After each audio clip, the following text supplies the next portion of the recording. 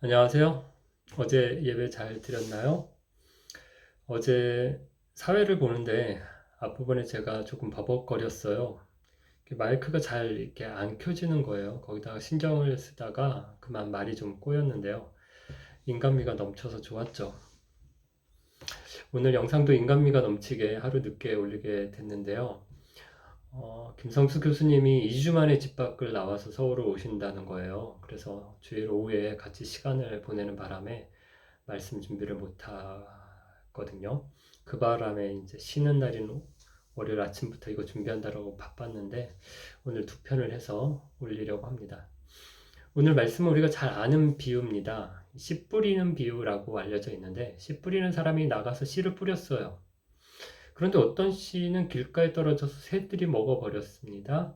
어떤 씨는 돌밭에 떨어져서 뿌리가 깊지 않으니까 싹이 나오다가 곧 말라버렸어요. 어떤 씨는 가시떨기에 떨어져서 싹이 나고 자라다가 가시에 막혀서 결실을 못했어요. 그런데 어떤 씨는 좋은 땅에 떨어져서 싹이 나고 자라서 30배, 60배, 100배의 결실을 맺었어요. 이 비유의 의미가 무엇인지 제자들이 예수님께 와서 묻는데 13절부터 예수님께서 이 비유의 해설을 해 주세요. 뿌리는 자는 말씀을 뿌리는 거라고 해요. 말씀을 뿌리는데 예수님께서 하나님의 말씀에 씨를 뿌리는데 많은 사람들에게 하나님 나라의 복음을 전하신다는 거죠. 이건 같아요. 그런데 같은 말씀을 들었는데 듣는 사람들에 따라서 네 종류의 반응이 다르게 나타난다는 거예요. 첫 번째, 길가에 뿌려졌다라는 것은 말씀을 아예 안 들어요. 아니, 귀로는 들었어. 그런데 하지만 마음의 귀로는 안 들었어요. 그래서 말씀에 대한 반응이 아주 냉담합니다. 말씀이 이렇게 튕겨져 나간다라고 표현하는데 이런 사람은 사단이 와서 그 말씀을 빼앗았기 때문이라는 거예요. 말씀을 듣고 말도 안 돼. 성경은 순 거짓말이야. 이런 반응이고요. 설교를 들어도 꼬투리를 잡기에 바빠. 어우, 뭐, 어떻게 저런 말을 하지? 저 목사는 뭐야? 그러면 말씀이 내게 안 들어옵니다. 말씀의 씨가 심겨지지가 않고요. 새들이 와서 먹어버려요. 이걸 예수님께서는 사단이 와서 빼앗았다라고 하세요. 두 번째, 돌밭에 뿌려졌다라는 것은 돌밭은 밭은 밭이잖아요. 그러니까 씨가 일단은 뿌리를 내리기는 하는데 돌밭이니까 뿌리를 뻗지를 못하고 막히는 거예요. 그러니까 싹이 나서 조금 올라오다가 금방 말라버리는 거예요. 이것은 말씀을 들을 때는 고개를 끄덕끄덕거리고 아멘 하면서 잘 받아요. 그런데 아주 얕게 말씀이 들어갔다라고 할까? 뿌리를 내리지는 못하고 있어서 조금만 외부에서 환란이나 박해나 이런 게 있으면 넘어진다는 겁니다. 세 번째, 가시떨기에 뿌려졌다는 것은 두 번째 돌밭에 뿌려진 것하고 비슷해요. 그런데 이번에는 뿌리가 더 내리고 그래서 싹도 조금 더 자라요. 그런데 거기까지예요. 가시떨기에 막혀가지고 더 자라지를 못하고 열매를 맺지 못하는데요. 이것은 말씀을 들을 때 좋게 들어요. 다 받아들이고 말씀에 반응해서 막 믿음이 자라기도 해요. 그런데 신앙생활을 잘하다가 갑자기 막히는데 세상의 염려와 재물의 유혹과 여러 욕심이 들어올 때 거기에 막혀서 결정적인 순간에 열매를 맺지 못하고 떨어져 나간다는 겁니다. 반면에 마지막 네 번째 좋은 땅에 뿌려졌다라는 것은 말씀을 받아요. 그 말씀이 뿌리가 깊이 내려갑니다.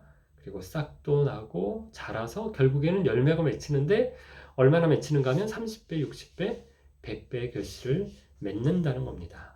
여러분, 왜 예수님께서 비유로 말씀하실까요? 그냥 바로 내가 말씀을 전하면 어떤 사람은 이렇게 반응하고 어떤 사람은 이렇게 하고 어떤 사람은 이렇게 한다. 이렇게 말씀하시면 되는데 왜 굳이 예수님께서 비유로 말씀하실까요? 11절 예수님께서 하나님 나라의 비밀을 너희에게는 주었으나 의인에게는 모든 것을 비밀로 한다라고 하시는데요.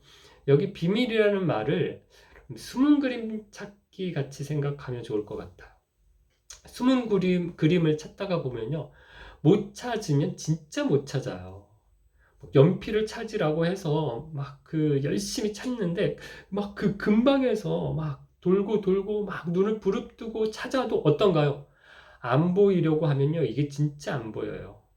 하나님 나라가 그렇다는 거예요. 비밀이라서 어떤 사람들에게는 이게 너무 쉽게 알아차리고 이해가 돼요. 동의가 돼요. 그런데 어떤 사람에게는 아무리 그것을 자세하게 이해시키려고 하고 설명을 해줘도 못 알아먹는다는 거예요.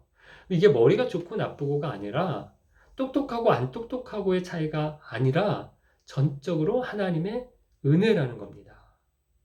사랑하는 친구 여러분, 똑같이 말씀을 들어요.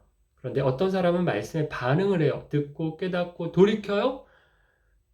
그런데 어떤 사람은 듣기는 듣는데 아무런 변화가 없어요. 오늘 말씀은 왜 이런가? 왜 이렇게 되는가? 어떤 사람은 그 말씀을 듣고 깨닫고 삶을 바꾸는데 어떤 사람은 그 말씀에 반응하지 않는가? 그 이유를 설명하는데 왜 그렇더라고요? 사람마다 말씀을 듣는 마음의 밭이 다 다르기 때문이라는 겁니다. 어떤 사람은 아예 처음부터 부인을 해요. 길가에 같은 밭이고요. 어떤 사람은 처음에는 들어요. 맞다. 이러면서 동의를 해요. 하지만 외부에 공격이 있을 때 금방 팽개쳐 버립니다. 돌밭이에요. 어떤 사람 말씀에 동의를 하고 반응도 해서 말씀에서 잘하는 것 같아요. 그런데 내 내면에서 염려와 유혹과 욕심이 생길 때 어떻게 해요? 역시 말씀에서 떠납니다. 가시떨기 밭이죠. 하지만 좋은 땅은 어떤가요? 말씀을 듣고 그 말씀에서 자라요. 그리고 그 말씀에 순종하고 행합니다. 여러분, 토요일 본문이었는데 누가 예수님의 가족인가? 누가 예수님의 가족입니까? 누가 하나님 나라의 가족입니까? 하나님의 말씀대로 행하는 사람입니다. 하나님 나라의 비밀은 그 말씀에 지적으로도 동의할 뿐만 아니라 그 말씀에 순종해서 사는 사람에게 달려 있다라는 겁니다. 말씀 앞에서 여러분은 어떤 사람인가요? 말씀에 순종해서 30배, 60배, 100배 하나님 나라의 열매를 맺는 저와 여러분 되시기를 바랍니다.